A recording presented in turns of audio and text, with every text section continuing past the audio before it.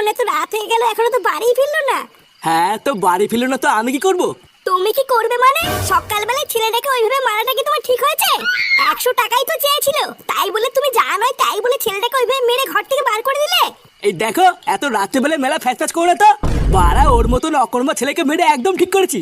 লেওরা বাল পেকে তামাতার হয়ে গেল, এখানে কোনো কিছু করে নাম নেই, শুধু 100 টাকা দাও আর 200 টাকা দাও। এত রাত হয়ে গেল এখনো বাড়ি আসেনি, কোথায় কি করছে কি না করছে একটু গিয়ে দেখতে পাচ্ছ না? আরে না, আমার আর খেয়ে দেয় কোনো কাজ নেই নাকি? ও যেখানে খুশি খামারি বেড়ে গিয়ে, আমি এক পাও নড়বো না। তুমি ওই রাত্রেবেলায় কানের মাথা না খেয়ে উঠে শুয়ে পড়ো।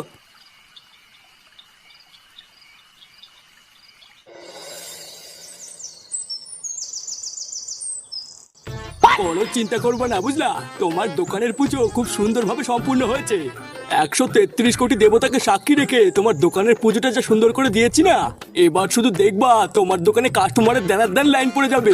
আর ফুটো, মন দিয়ে কাজ করবা, ঠিক আছে? মনে রাখবা, ভগবানের আশীর্বাদ তোমার মাথার উপরে সবসময় আছে। ঠাকুর মশাই, আপনি আমাদেরকে আশীর্বাদ করুন যাতে এই ব্যবসাটা করে আমরা অনেক উন্নতি করতে পারি। হ্যাঁ না, পল্টু তো ঠিকই বলেছে, তুমি একটু আমাদেরকে আশীর্বাদ করে দাও। হ্যাঁ আরে হ্যাঁ হ্যাঁ, সে কি আর বলতে, আমি তো মন খুলে আশীর্বাদ করেছি। তোমরা শুধু মন দিয়ে কাজটা করো। আচ্ছা ঠাকুর মশাই, ঠিক আছে। নাও ফুটো, এবার আমার দক্ষিণাটা দিয়ে দাও, আমি চলে যাই। এই দক্ষিণা? কিসের দক্ষিণা? আরে ঠাকুর মশাই তো